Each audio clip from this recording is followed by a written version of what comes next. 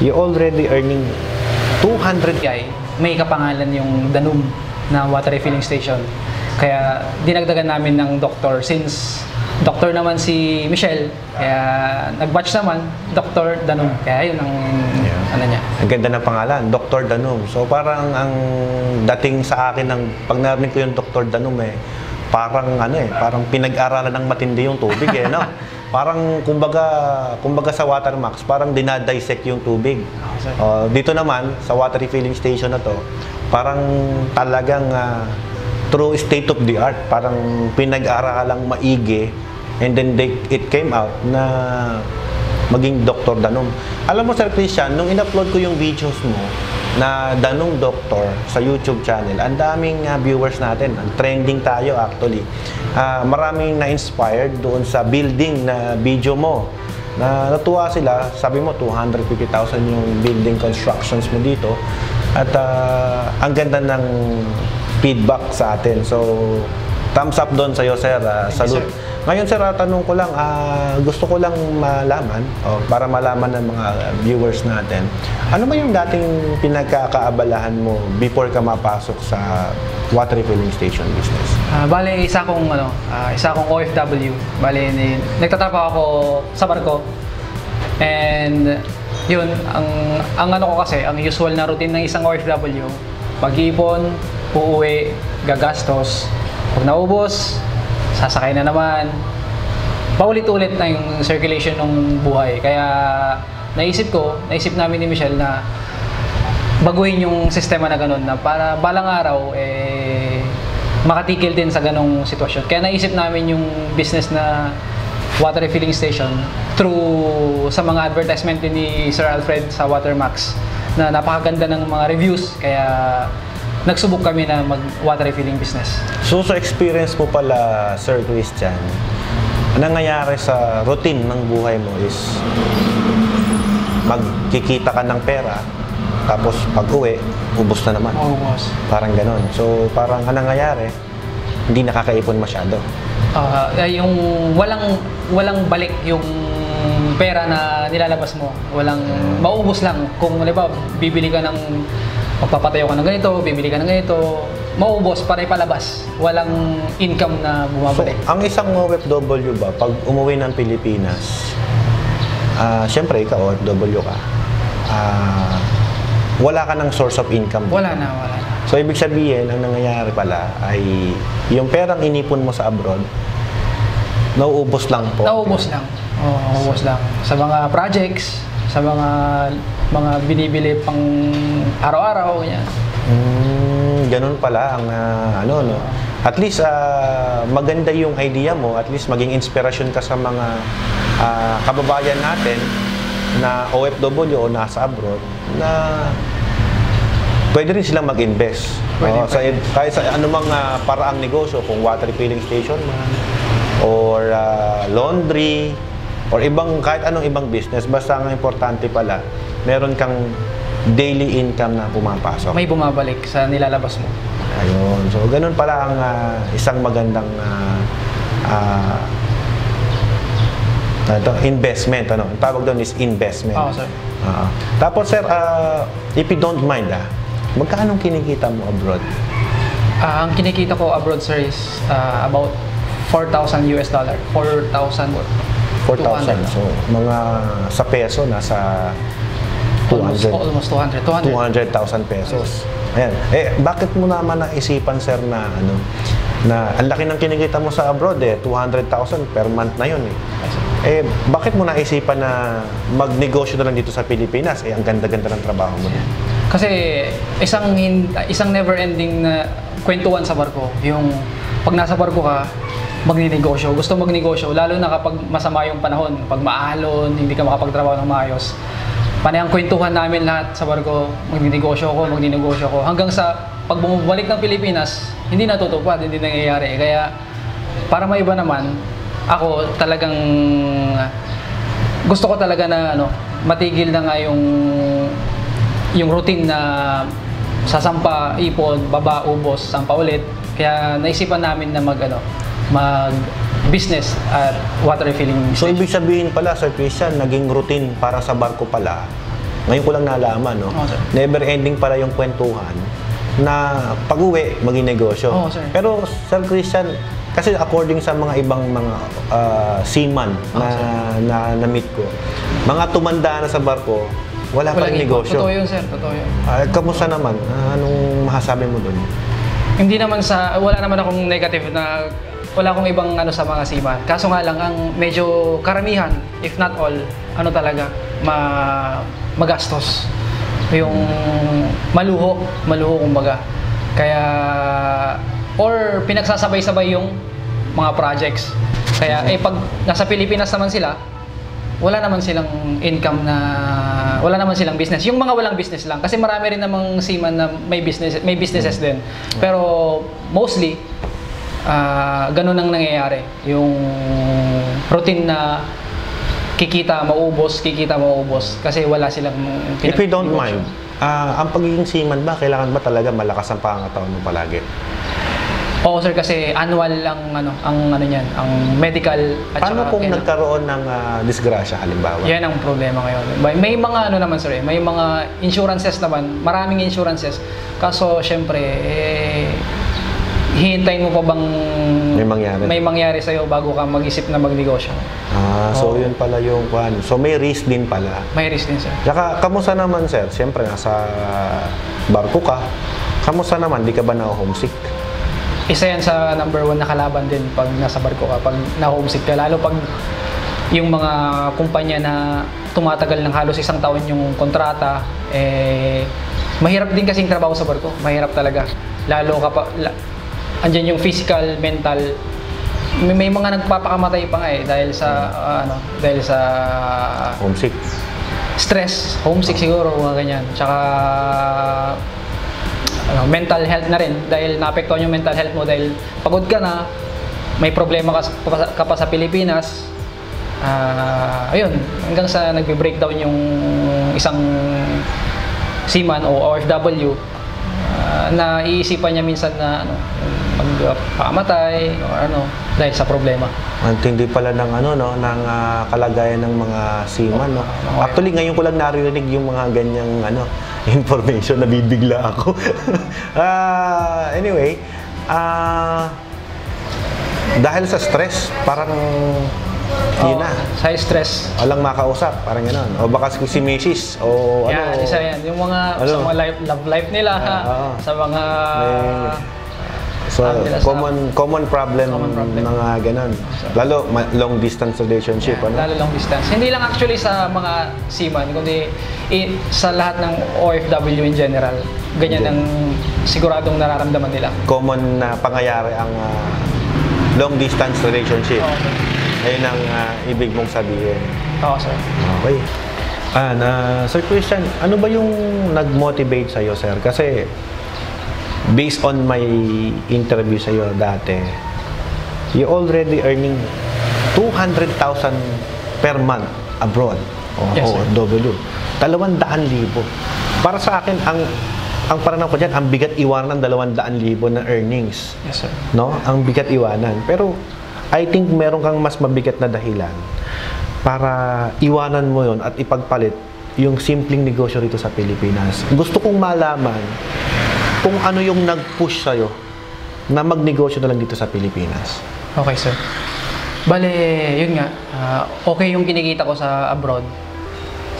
Bakit ko naisipang ipagpalit or magnegosyo na lang sa Pilipinas? Kasi yun nga, gaya ng sabi mo, sir, may mas mabigat akong dahilan. Ako, binata pa ako ngayon, pero may fiancé ako, yung business partner ko dito si Michelle. Gusto ko kasi dumating yung araw na pag nagpamilya na kami, yung family namin, bubuuin namin ng sabay, ng pareho. Yun, bale, gusto ko kasi pag nagkaroon na kami ng anak balang araw, gusto ko may father siyang nag-guide sa kanya, may mother siyang nag-guide sa kanya. Kasi mahirap yung lumaki yung anak mo na walang guidance ng tunay na magulang. Ayan. Kaya nagpapasalamat ako na yung mga magulang ko kasama ko nung lumaki ako, kasama ko hanggang ngayon. Kaya lumaki kami ng maayos. Kasi ang tendency kapag hindi naman lahat, meron namang iba. Ang tendency kasi kapag lumaki yung family mo, yung anak mo, na walang guidance ng magulang, magiging aloof sa'yo yan at hindi magiging maganda yung yung possibility na paglaki nila. Kasi may mga napapariwara, may mga nagiging addict, may mga nakukulong. Yan. Kaya mas maganda yung may father figure na magga-guide sa kanila. Kaya ako naisip na as early as possible makapag-put up ako ng business, kami ng business, para when time comes na nag-decide na talaga ako na tumigil na sa pagiging OFW, meron akong source ng income sa Pilipinas. Oh, ang sweet. Ang sweet mo naman, sir. So, yung plano mo pala is for your family, your future family, yes, with Dr. Michelle. So, ang swerte ni Dr. At meron siyang mapapangasawa na ganito ka-responsable. You know what? Kasi ganito ako, I grew up with the OFW's dad and mom. Hindi ako lumaki na lagi silang kasama. Dito naman sa Pilipinas, ang negosyo naman nila is they are selling products and they're always wala sa bahay before. So, maliit lang yung time ko na na-spend sa kanila. But, sabi mo nga, hindi naman lahat Hindi naman lahat. Nagiging pariwara yung siguro sa akin, nakapili lang ako ng rightful friends, tsaka God-fearing friends na naka-motivate din sa akin to be a better person.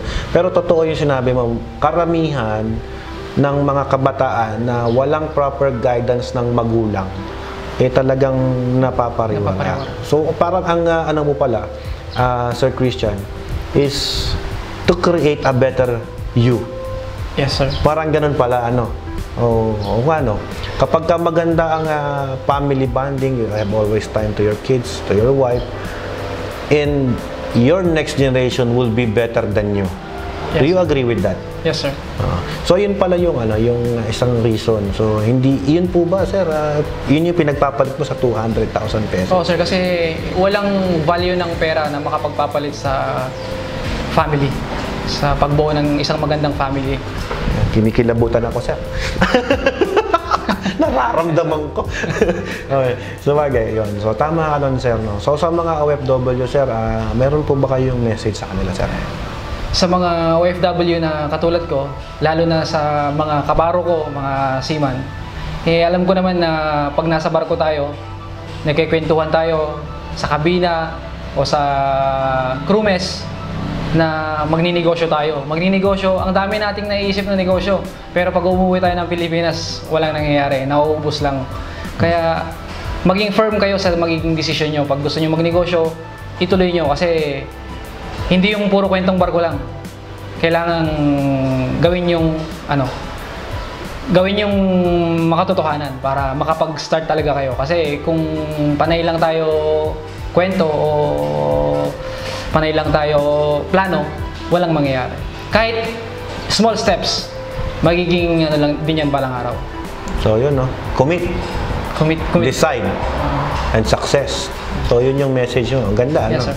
Commit, decide, success. Wow, a message for Sir Christian Fernandez. So sa mga OFW, you have to commit, you have to decide to be successful. Siyempre, lahat ng magiging decision mo sa buhay, i-consult mo kay God. Yan. Kasi siya yung number one na magbibigay ng ng encouragement or fighting spirit na ituloy yung negosyo.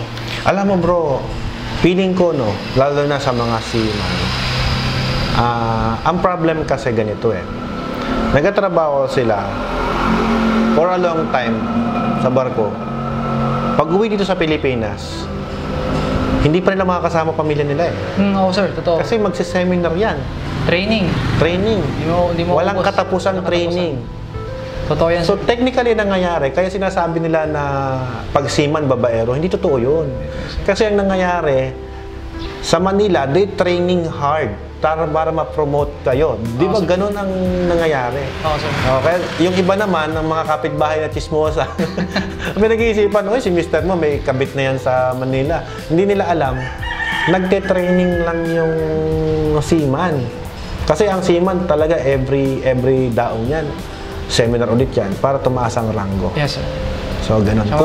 Kung hindi ka naman mag-training, Yun lang ang ano mo, sir. Tsaka, Maintain ka lang. kailangan din kasi yung training para compliance din kasi yan international na ano. Kailangan, kasi chine-check nila yung mga documents nyo kung meron kayong mga requirements na nire-require nila. Kaya ka nagtitrain dito sa Pilipinas. Kaya kung ano yung requirements ng mga seaman sa ibang bansa, yun din dapat ang requirements mo as Filipino seafarer.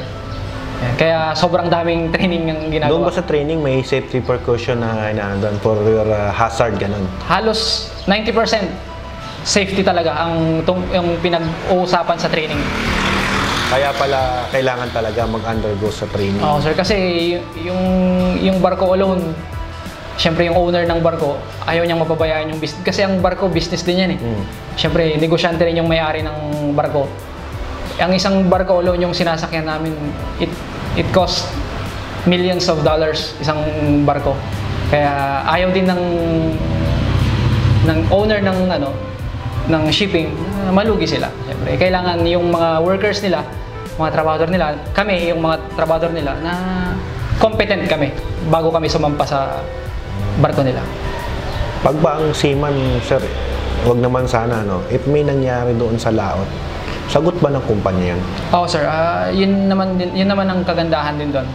Meron kasi kaming mga may mga insurances, maraming insurances at benefits. Kaso syempre, gusto mo bang Mangyari pa? Mangyari pa sa iyo 'yon. Kaya wag mo nang hintayin 'yon, Kabaro. Mag-start ka nang mag-isip ng negosyo habang para malakas sa'yo. pa, habang malakas pa. Oo. So ako na-experience ko, sa experience ko, Sir Christian, kasi ako, from the very beginning,